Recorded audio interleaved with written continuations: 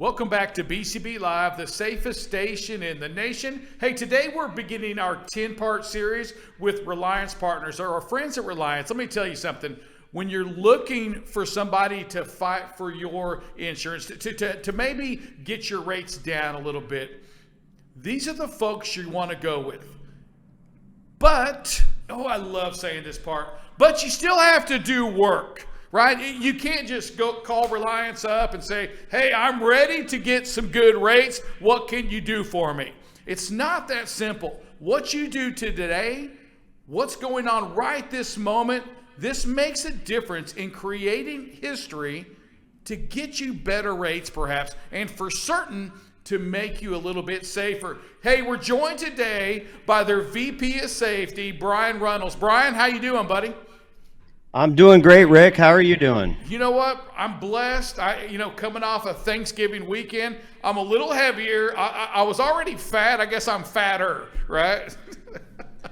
Yeah, most of my fat came from sitting in the car for a long time. We drove, moved my son from Fort Campbell, Kentucky to what is now Fort Liberty, North Carolina. Wow. Yeah, so a little bit of drive. And Brian, but driving's not new to you.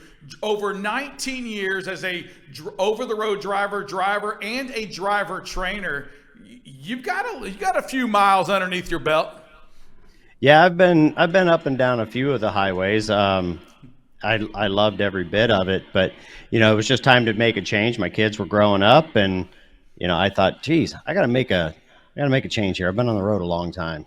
Yeah, right. So in 21, you became VP of Safety over here. And today, Brian, we're going to dive into some of your expertise right here, going over audit items, things that we've got to be ready for, especially as maybe that carrier between, say, 2, 4, 5 trucks and, say, 100 trucks, getting ready for that audit. And Brian, how important, I'm just going to dive into this, how important are hours of service when it comes to an audit?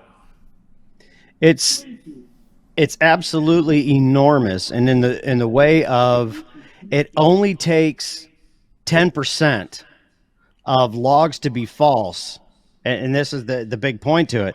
It only takes 10% of the logs that they check to be false for you to be a conditional carrier. They find that 10%, and you're now conditional, and it's only going to get worse from there.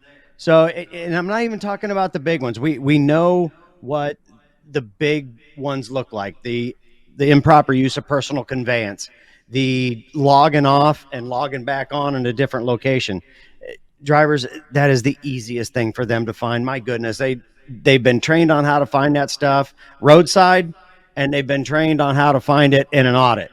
It's a simple report that they'll ask for out of your ELD unit. So, but it's ones that you may not think would be that big of a deal, but in an audit it is. They're going to match fuel receipts. They're going to match delivery receipts. They're going to match toll receipts. They're looking at all these things.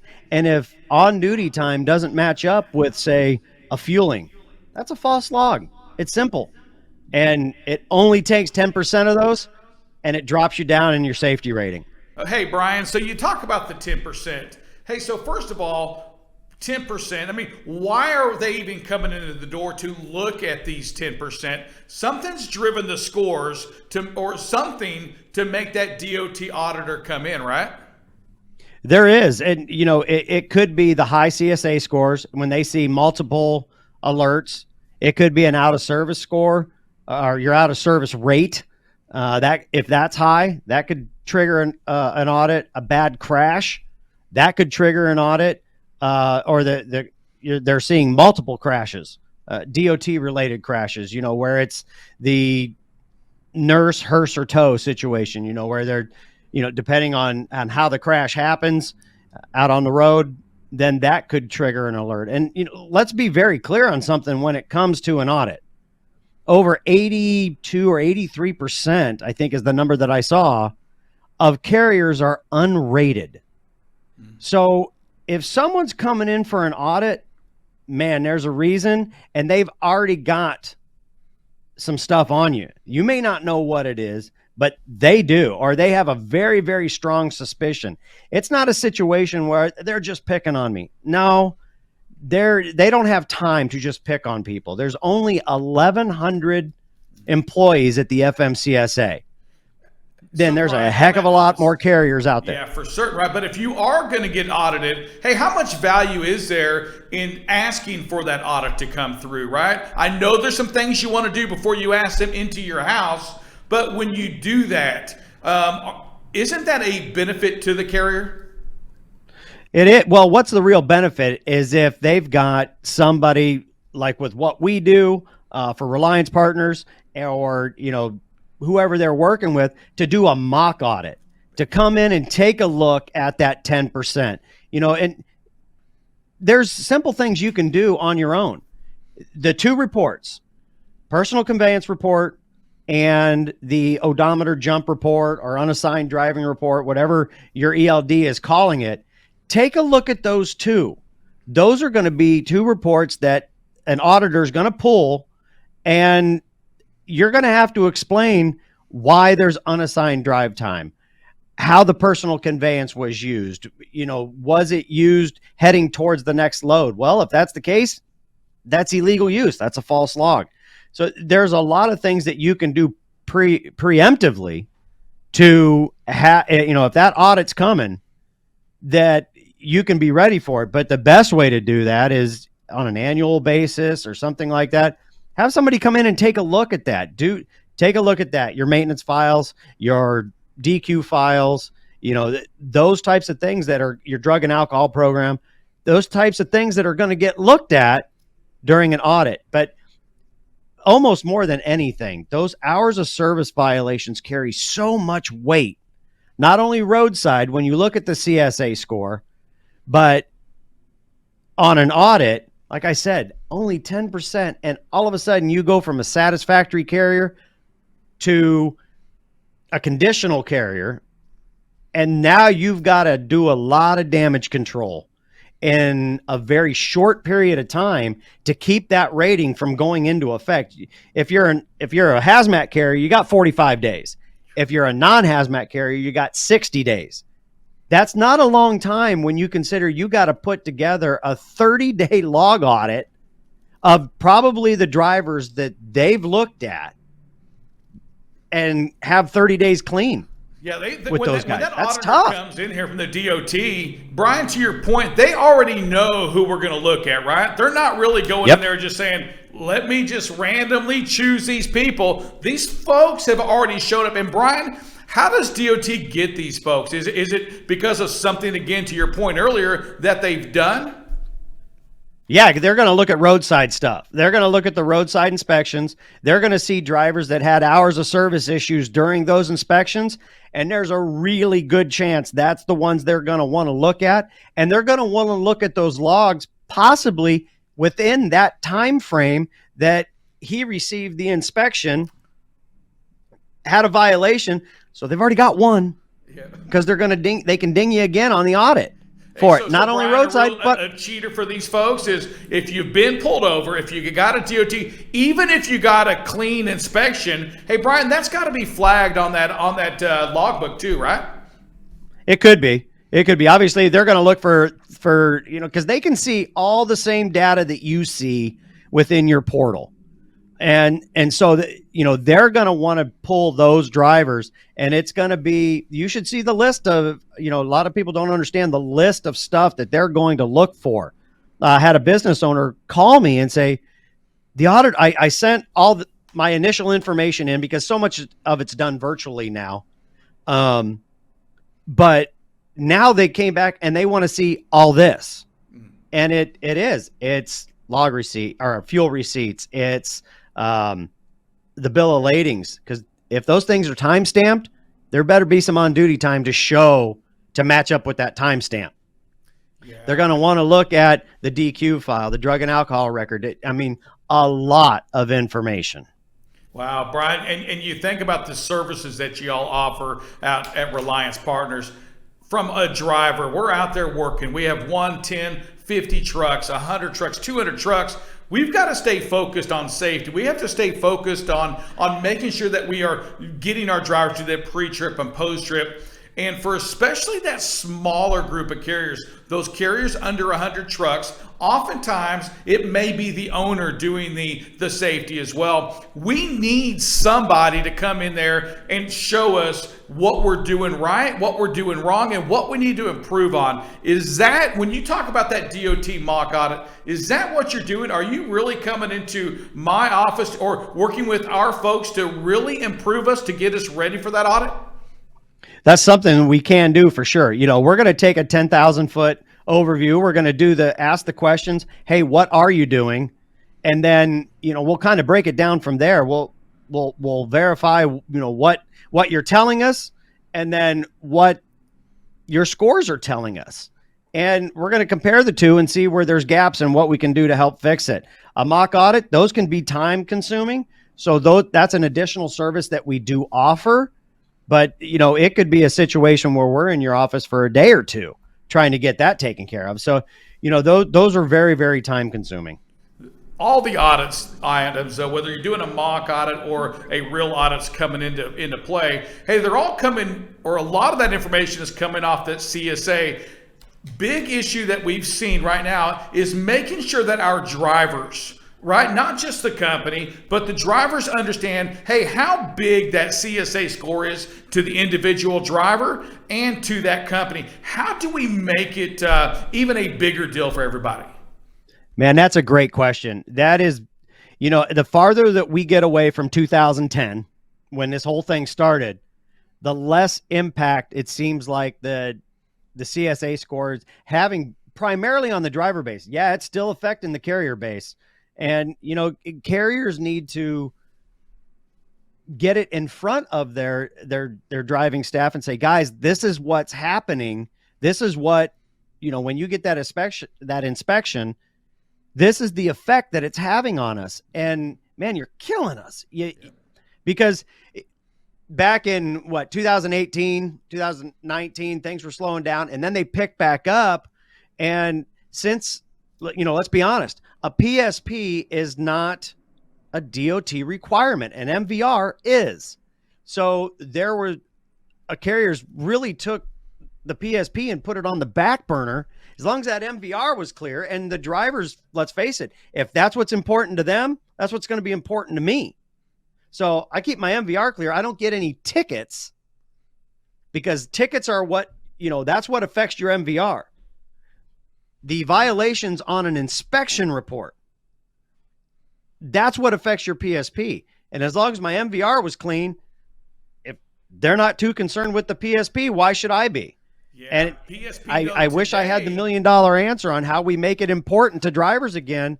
But man, that's something we got to figure out. Yeah, I agree, but I do think this, as we've seen more and more companies, you know, the bigger companies getting bigger, they continue to buy other companies. One thing that a large company looks at, and I'm going to say a company, say north of 100 trucks, they do spend time looking at that PSP.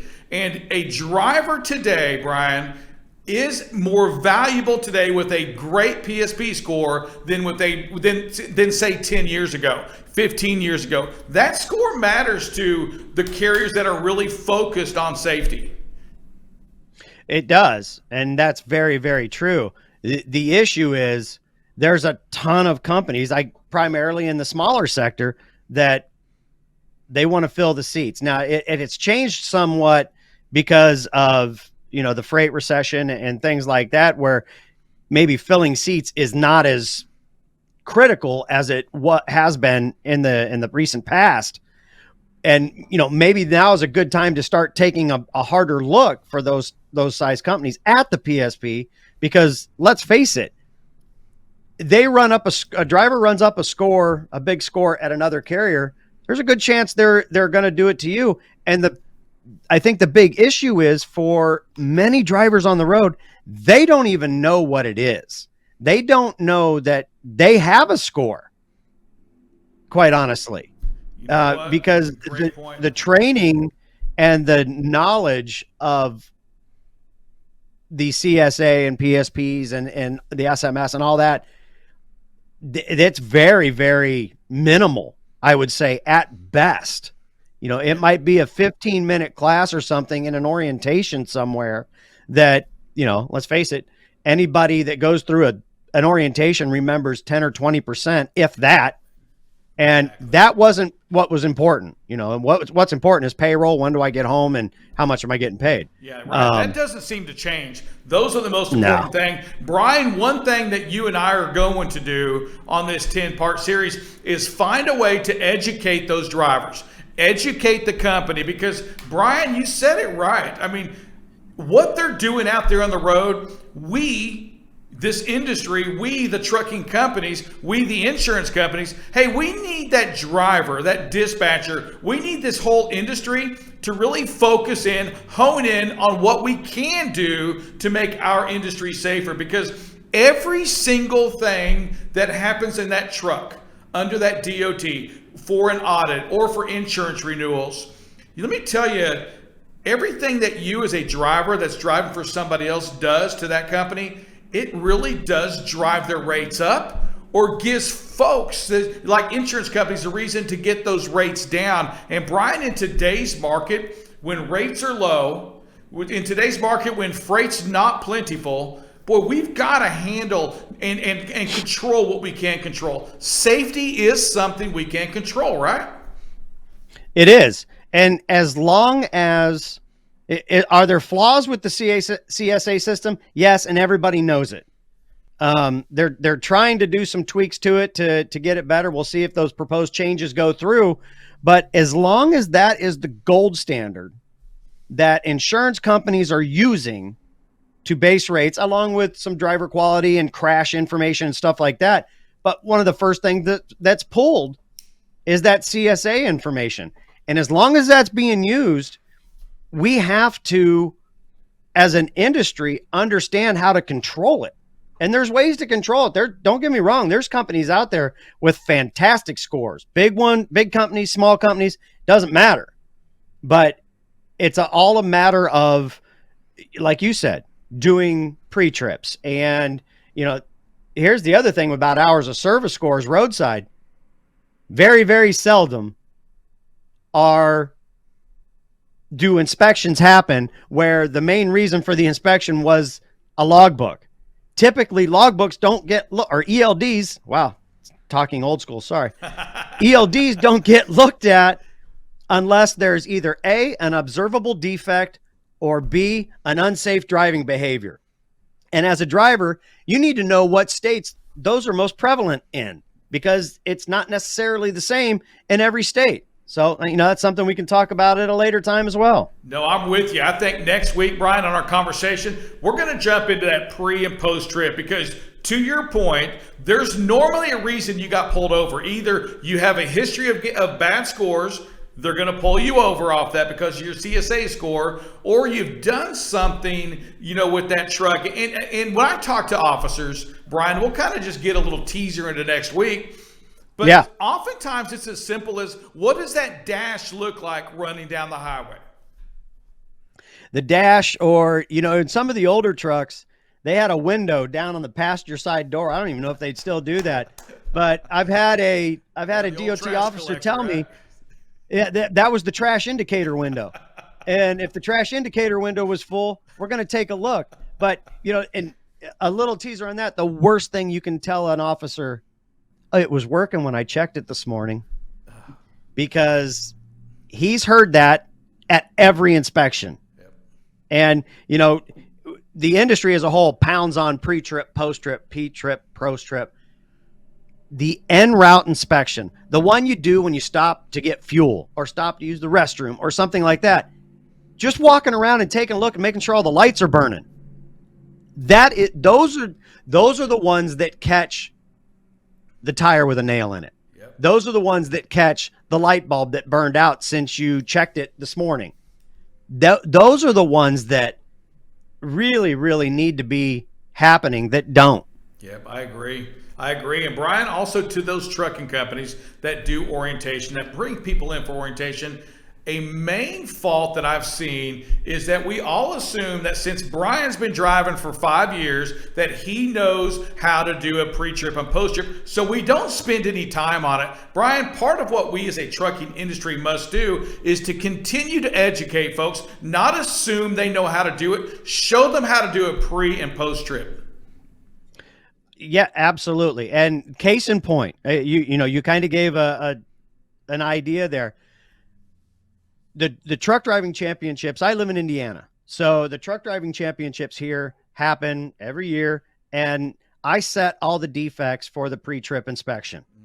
These guys have been doing this stuff for 20 plus years and they still miss stuff. Wow.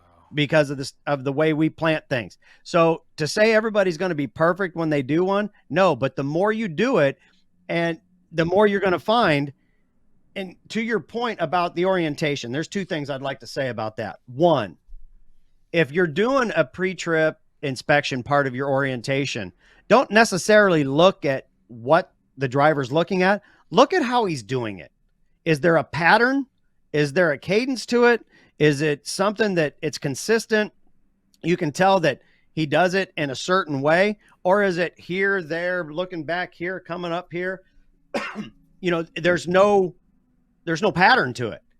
If there's no pattern to it, there's a good chance that that driver doesn't do pre-trips very well.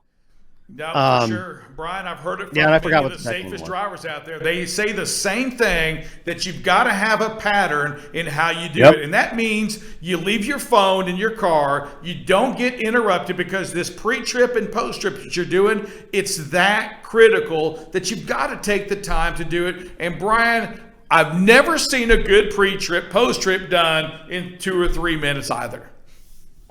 No, I will say it can be done in 8 or 9 minutes, depending on the size of vehicle, because that's the stuff that we do at the TDCs. Guys with a sleeper truck, they've got 9 minutes and it's thorough. Some of them take all 9 minutes, but man, they don't miss much. So it can be done. Right. It's just a matter of getting that. And once you get a pattern, it does get faster. Got it. I like it. Hey, Brian, I appreciate these tips. Hey, I look forward to next week, because pre-trip, post-trip, I think it's going to lead into a lot of these items, into why we are getting pulled into, or things we can do to not get pulled over by that DOT officer. Hey, Brian, I want you to stay safe out there. Hey, Brian, if we want to get a hold of you, best way to do this? I'm on LinkedIn. I'm on Facebook. Look at reliancepartners.com. I can be held through there. My email is brian.runnels@reliancepartners.com. Feel free to reach out. I'm always willing to talk to people. I'm always willing to help. All right. Hey, Brian, God bless. Hey, stay safe. And we're going to see you next week. Same time, same place. Reliance Partners. Sounds good, Rick. Thank you, brother. Be good. See you, man.